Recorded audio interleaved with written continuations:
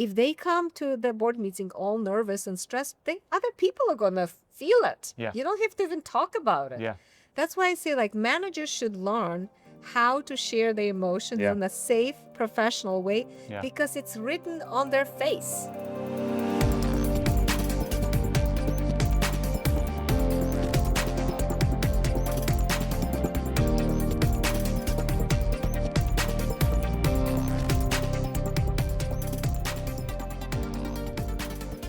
One thing I see a lot in the companies I work with is a desire to solve particular problems of the business, productivity or attrition, without really realizing the core root of these kinds of problems. And so the reason why I talk so much about trust and relationship building in, the things I say and the programs that I teach is because more often than not, that is actually the root of these larger business problems. My guests today are Dr. Lola Gershfeld and Polina Marian from EMC Leaders. I got to sit down with them when I was at the latest Association for Talent Development conference in Washington, D.C., and it was a really great discussion to talk about the importance of connection and relationships within your teams. As you will see, they have a proven method for identifying and fixing broken relationships. And so it's a really great discussion for any leaders who are coming into a team that maybe has some of these problems or just know that, they see these problems around them and they want a way to fix them. Before we get into the discussion, I do want to remind you that if this is your first time listening to the show, please subscribe so you never miss a future episode. And if you happen to be someone who's responsible for developing leaders in your organization, I would love to chat with you to see if we can help make your managers better. With that, let's get into the discussion. Thank you both for being here. Welcome to the Leadership Launchpad. How are you doing today? Amazing. Yeah. We're so excited. Very excited. Okay, excellent. Thank you. We're at a conference, super busy, so thank you for taking your time out. But I really wanted to chat with you because I know in your practice, you dive really deep into relationships, connection. It's a big thing of what I talk about as well when I'm talking to leaders. And I think especially when we're talking to, people with more of a technical mindset, an engineering mindset, that's not necessarily the first place people go when there's performance issues or things like that. And so I'd love to start from your practice and the things that you've seen, the people that you've worked with. What are some of the organizational challenges? What are the symptoms that pop up in an organization that do come from relationship problems, but maybe we don't think about that first thing? I love this question because we see it all the time. Yeah. And first we see like one aspect of it, which is like, we don't even know that we're in conflict. We don't even know we have a problem. Yeah. We don't even think we have a problem. We don't have any problems. We're fine, but they're used to seeing the disconnected relationships that occur. It's normalized. And it's normalized. Yeah. And then they think that's how every environment should function. Yeah. So we see that aspect. And then we do see a lot of just issues that are patterns that continue and continue and continue and get progressively worse in the environment. And also we do notice that when people are able to recognize what those symptoms are, then they stay in what we like to call content, as opposed to like taking the elevator down to the ground floor. Interesting. To get the emotional aspect of what drives the action and the decision and behaviors. And so when they stay in content, people feel like it's continuous. I can't get anything done. I'm having the same problem again. This person, then they end up blaming, shaming, judging, criticizing people. So we see those two aspects. And I can tell you that the biggest symptoms that we see of the conflicts or an environment that is not emotionally connected is people who are withdrawn. So they're not as responsive. They're unhappy. And they get easily frustrated, irritated. They're shut down. This is actually very common in the U.S. that we see as well, because we've worked with international clients before. And we were just talking about culture yesterday, but we see a lot of shutdown. And, we see the difference when we do integrate our process and then the environment's thriving. Interesting. And people are just, they're like, oh my gosh, I had no idea Yeah. that this is what was missing. Yeah. They just think, oh, this is my work, and oh, Yeah. this is, I need to focus, and oh, Yeah. that doesn't mean connecting with my colleagues or my boss. Yeah. So yeah, I think those are basic symptoms: withdrawn, shut down, not as responsive, and or just, a lot of times people say we leave the emotions out the door. Yeah. Right? That's Yeah. what we typically hear, especially in engineering Yeah. too, and more like when we have a company that's maybe focused on creative designing work, we see a little bit more interactive and bonding. But the engineers we see are just so focused on like, okay, get the job done, get the designing we need done, and focus in that direction, right? Would Yeah. you say? Absolutely. I remember working with this engineering company, and their most important thing is let's just get products. Yeah. Right? Produce product. products. If we have stock, we just create a new product, Yeah. a new product. And the sales team was really upset. Like, because we just learning this product and now you're getting a new product. Can we just have more space between the products? And I think this happens because people start to feel disconnected with each other, and they start to somehow bring the value back because they start to feel not valued or not Okay. appreciated in the Okay. moments when they get disconnected. Yeah. And they start to figure out like they compensate, right, with something else. Yeah. So I'm going to compensate by just creating new products. Yeah. But that creates a lot of stress in the Yeah. company. So you want to be able to recognize when we get stuck. Yeah. We want to be able to recognize that like we don't have fun anymore. Yeah. We can't really collaborate anymore. It's like feels so isolated and silos. Like people are just like I'm walking through the hallway and it feels like, Yeah. haunted house. Yeah. Like everybody is so disengaged. Yeah. So I want to just add one thing.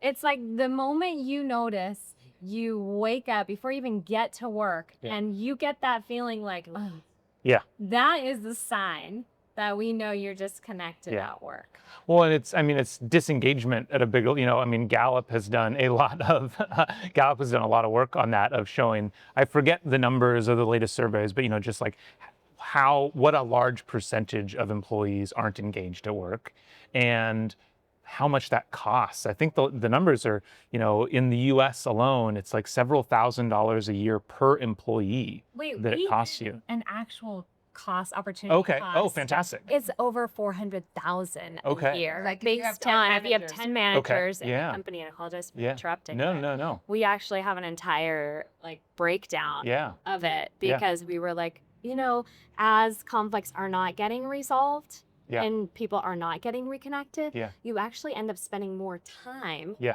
on the conflict issues over Yes. time. Yes. So then you're losing more money. Yes. And then you have to change out the managers, and now people aren't resolving. They point to the person like, oh, it's their problem. Yeah. They're not getting, they're not fulfilling their obligations. They're not performing. And so now we need to find a replacement. And this is a big problem too. And it's the ultimate kind of like what got you here won't get you there, or you just get stuck in trying to solve this problem with the same tools that got you into the problem. Exactly. And not, the definition yeah, of insanity, yeah, like yeah. you're trying to look for different results, Yeah. but you're using the same Yeah. process. So Yeah. that's not going to work. I want to challenge you on one thing, since you mentioned, especially since you've worked with engineering companies and not just engineering companies, people are different. Are there some people, is it okay to have a workplace where you do just say, is it possible to have a workplace that is just like, I don't want to bring my emotions to work? I know a lot of people just like, I want work to be work, I want personal life to be personal life. Is that possible? Do you want to start? well, No. yes, the answer is no. Okay. The answer is We're no. not robots. Yeah, okay, yeah, great. Feeling emotion beings. Yeah. Okay. Right. I feel like when people tell me, well, I don't have emotions, like I don't really feel anything, I say, well, you do have emotions. You either dead or lizard. Then you don't have emotions, right? Yeah. But you are bringing emotions Yeah. with you. And the way the brain works, every decision is emotional decision. Yeah. You have to engage your emotions. Otherwise, you won't be able to even make a decision. Like, what type of ice cream do you like? Yeah. I don't know. If you don't have emotions, it could be vanilla, it could be chocolate. Yeah. I don't know, right? Yeah. Yeah. Right? But when you do have an emotional, and you are allowed and you're tuned into emotions, it doesn't mean that you have to cry or Yeah. have to make this drama. Yeah, That's yeah. not what we are. Yeah. Or Yeah. catharsis. You Yeah. know, that like Yeah. you spill out emotion. That's not what we're talking about. We are talking about moment when the vulnerability hits you. When the moment you make a mistake, when you moment you get hurt or you feel some sort of a rejection, are you able to reach to your colleague? Are you able to reach out to your boss or to your manager and say, hey, this is what happened to me at the meeting? And people need training for that. Yeah. I remember, if I can give you an example, I remember working with this board and they had a disengagement problem. So they asked me if I can help them to create more engagement. I didn't work with the whole board, but I worked with the most top people, the executive committee, the CEO, the chairman, and the vice chair. And I would ask them, what happens to you at the board meeting? Like before you go to the board meetings, at the board meetings, and after the board meeting. And I would ask them to expand their emotional awareness because emotions are contagious. If they come to the board meeting all nervous and stressed, other people are going to feel it. Yeah. You don't have to even talk about it. Yeah.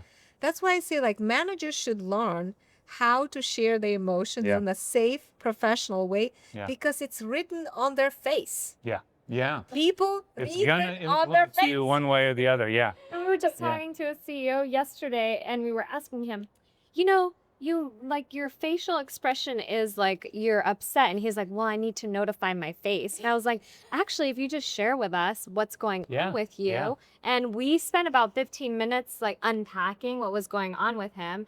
And you could just see The relaxation. the relaxation in the face, Yeah. right? Which then affects, emotions are more contagious than a virus. Yeah. It's like 0.7 seconds that we feel someone's Sure. facial expression. Sure. And then we respond to it. Yeah. Even if we don't realize we're responding to it Yeah. in an actual awareness, we feel it physically. Yeah. So I think So I want to just finish that example. As I was working with these the executive team, I would ask them, and the vice chair would say, Lola, I'm a very private person. Don't ask me about emotions. Yeah. And I say, I get it, Lou. I know it's very difficult. It's new. Yeah. And he would always come to the meeting and he would attend our sessions, but he would watch. Yeah. He would observe. And one time, after about 8 months, he comes and he says, I want to share my emotions. I felt very demeaned in the board meeting. I felt like I was nobody. And the CEO, the chairman, already knew this process. He did not dismiss. He did not defend. He says, what can we do? And the guy says, just be there. Just be there to know that it was hard for me, just to let you get it. Yeah. And he was there, and you could just feel this bonding moment happening, Matt. Yeah. In the moment when he just said, just be there. That's Yeah. all I want you to know. Yeah. Is I want to know that you are with me in this experience. Yeah. And that's what it's all about. So when he left that session, he did not feel alone. He felt supported. He felt valued, and he felt heard. Yeah. That's a big deal. So Yeah. we have to do both ways. We have to learn how to share, Yeah. and we have to create that safety Yeah. for sharing. And so we can respond in a way that brings that Yeah. allows that sharing Yeah. to happen. I would just want to add one thing too about that is that, people we want that sharing to occur because it creates that bonding experience Yeah. right there in that moment that they don't get that opportunity, in any other experience. Yeah. So they're so focused on working that they don't really actually have that moment to bond and Yes. connect. Yeah. So that's why we want them to have that experience, to have that small little moment Yes. that creates that secure relationship. Yeah, it's building that connection. And I think Yeah. for managers, if you really step back about it, like manager, leader, whatever you want to call it, like the first most important job is get people to work together. Like that's where it starts. Yeah. And it all comes from having these connections and building these bonds. And so I'd love to kind of use that story as kind of a jumping off point, because I do think, especially when it comes to whether it's, understanding the emotions or building this space, you work a lot on conflict and resolving conflict. And I think especially frontline managers who I talk with a lot, like they are often the ones who don't have the training or get the training to deal with conflicts on their team, and are like, it's right there. Like they're supposed to be the first line of defense, they're not prepared, so they very often just kick it to HR, and then HR is just fighting these fires all the time. You shared a story about an executive team. If we transition to new managers of teams, what are some of the basic tactics that they need to start building themselves so that they can repair relationships, make sure relationships don't get broken to begin with? Well, we have a specific process that Dr. Lola created that's very effective. And to add to what we were saying earlier is that people want to be able to connect but don't know how. So this specific process is so simple. Great. We have everything written out in a way where people can learn, well, how do you say, hey, what you did didn't feel good? How do you say, this is how I felt? Because people, they can't even identify the feelings that they don't have the vocabulary for it. The language that they're just like, oh, there's something like this, so I would say self-awareness Yep. is number one. Okay. I think the managers, especially frontliners and the people who are being promoted to be managers, they start to feel maybe worried or maybe awkward or incompetent in the moments. I remember working with this bank and they had me work with, I don't know, about 15 of their branches. Every time I would work with the manager, the number one fear is that I'm incompetent manager, or I'm ineffective. I'm an effective manager. Because if I'm working with the team and they're not performing, right away I start to questioning myself, like, why are they not performing? So one of the managers, I remember he's telling me, well, we have this new system and my people are not following the process to follow through, to enter this or to use the system. And every Friday I come and I say to them, how can I help you to follow the system? And they give me all kinds of different excuses. Oh, I was busy with a customer, or I was busy with that. And he said it would drive me crazy because he said, I'm a personable manager. I love my people, but I would get really disconnected from them. Like I would really get very frustrated. So I said, Rocky, what happens to you when they don't follow the procedure? He said, I wake up in the middle of the night. I have this continuous to-do list. I start to worry, oh my gosh, I'm ineffective as a manager. Oh my gosh, my people don't respect me, don't value me. And I said, have you ever shared that with them? And he said, no. So he said he decided to bring all this. Hold on, I want to pause you really quick because I want to point out, before you share what he did next, the very first thing we ask ourselves, and using this process, is what happens to us. What triggers That's how we find that self-awareness that we're looking. I love that because I feel like years ago I remember having this thought that so much, 90% of the problems in the world are caused from a shame blame cycle, where it starts with the shame that you were mentioning of worry. And if you are not emotionally well regulated or well in tuned or, understanding what's going on, then because your brain always wants to make you the hero of the story, it doesn't like the idea that it's trying to protect you. And so your brain's natural impulse is to turn that shame into blame of someone else. And so it sounds like that self-awareness piece is taking a moment and stopping that blame from happening to be like, how am I processing this before you take that next step? And you actually bring up a really good point because the whole preface to this process is that we don't blame anyone. And it's nobody's fault.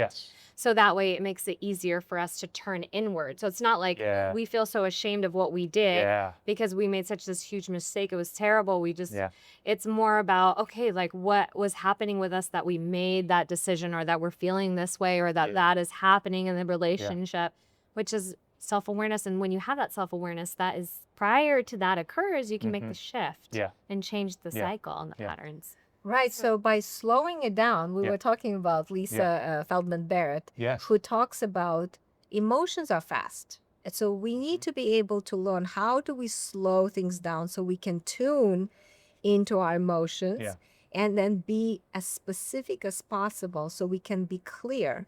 Because the more granular we can articulate our emotions, the less overwhelmed we feel. That means we are open to understanding what's happening for us, and we can be more clear on that communication. And it decreases the intensity of the experience by 70%. you could be like angry and when you say, you could be hurt. And when you say like, I feel hurt, all of a sudden it dissipates a lot of that power behind that emotion. Yeah, the analogy that I always bring is, how famously the Inuit had like 23 different words for snow, right? We have snow, and it's because they needed that to survive, right? Because they lived in the snow so much, and how you react to icy snow versus fluffy snow matters. And so they as a culture needed to develop very granular ways to define something that, since for most of us, since we don't live in the snow all the time, we didn't need to be as granular. It wasn't as important for us.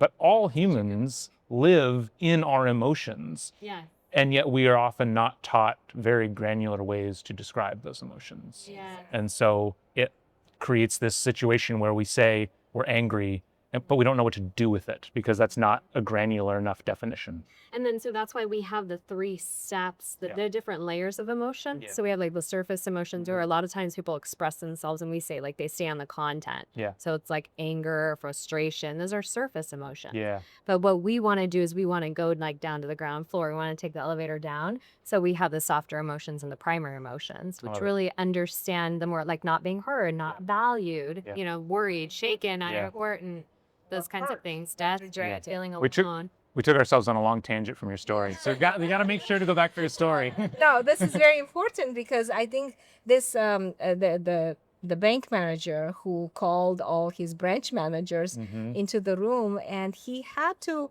be clear on how it impacts him when they don't follow the procedure. So he said he had the 16 people, sitting in the conference room, and he says, I don't think I ever shared with you what happens to me. And then he goes through this, like I wake up in the middle of the night, I start to doubt myself that I'm ineffective. And I know it's very difficult for you that you have to follow the procedure because it's like robots.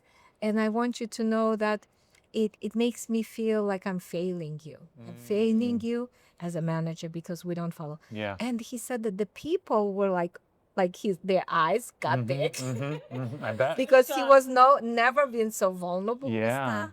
And they say like, oh my gosh, Rocky, thank you for sharing. We don't want you to feel that way. We want you to feel like you're a failure or like you wake up in the middle of the night. We had no idea that it impacts you that way. And after that, he said that he didn't have to any more reminder. Wow. Like 2 months go by, everybody's following the procedure. Yeah. This is, I think, that really, I remember studying this attachment and the change in behavior. Especially, I remember Fritz Perls. He talked about experiential. In order for people to change behavior, you have to create a new emotional experience. Okay. Yeah. That emotional experience triggers the brain. It's like rewiring the brain. We were talking about this before. It's the context in which you're in to get you to change. Yeah. It's the rewiring that happens for you in that moment, saying like, oh my gosh, this person is important to me. Yeah. I want to make sure. It's like suddenly they are in your view. Yeah. Like every time you have to follow the procedure, it's no longer the customer is in the view or you are doing it. You like, I want to make sure that my manager feels valued and important. Yeah. I'm going to follow the procedure. Yeah. Rocky never had to tell them anymore to follow the procedure. Yeah. So this is so powerful. So there's Let me get the tissue. so it sounds like step 1 was understanding it yourself, right? Like self-awareness, you have to know what's happening. And then What's the trigger? So we like clearly identify the trigger. Is it the facial expression, the tone of voice, Got is it. it an action, decision, behavior? Okay. So we want to get really clear on what exactly triggered. And then is step 2 the vulnerability, the openness? Well, or? no, not yet. Right? Okay, Step okay, 2 great. is to go a little bit understanding your sensitivities. Okay. Because you have raw spots. Everybody has Yep. sensitivities. So what sensitivities touches you so you can be more understanding what are your sensitivity and you can share it with other people so they can understand your sensitivity. And then you still in step 2 you also understand your emotions, right? Then I just want to add that when we do talk about the sensitivities, when we're able to identify what's happening with us and like share it, the other person actually feels valued and important in the relationship. Yes. A lot of times people don't want to share their emotions because they don't want to hurt the other person's feelings, right?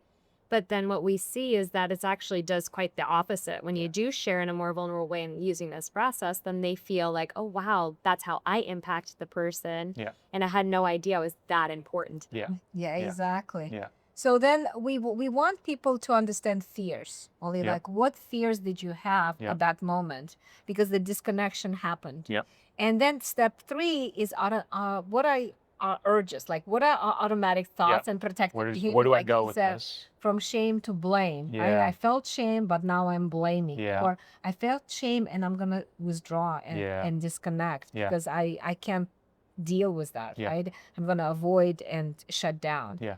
And then the most important thing, I think that's a switch to the positive cycle, is to identify what do you need to feel safe and connected. Yeah. Emotional level. On an emotional level, because in the moment when we get triggered, Matt, if you think about it, like if we use slow motion camera and rewind the tape, the moment when we get triggered and disconnected, we're getting a message. Yeah. What is the message? The message somehow we perceive, right? Perceive. Not that the other person is sending that message. 100%. Intentional. 100%. But we perceive the message. And the most common message is that we're rejected somehow, right? We are not wanted. Yeah. We're not valued. We're not important. That person doesn't care about us. Yeah. That is the message we're trying to correct. Yeah. So when we go through the process and really slow down and get to the need, we want that need to be reassured that you care about me. I love matter to you. I love the point I want to really highlight here is because I think one of the reasons why these kinds of conversations can be dismissed or where people aren't sure about having them is because they hear vulnerability and they think it's like a quick thing, you know, in that you like, I feel this and I'm just supposed to kind of like dump on my team, or I'm just supposed to like say like, oh, this is awful. And what I'm hearing from you is like, there's a lot of unpacking that you need to do internally first so that you are in a place where when you share it, you're still sharing it as the leader. You're still sharing it from a professional place. I would imagine for these first few times, it'd probably be a good idea for a manager to like script it out ahead of time, practice. Oh, you do that? Oh, great. Fantastic. Excellent. Fantastic. Yeah. So there you go. Yeah.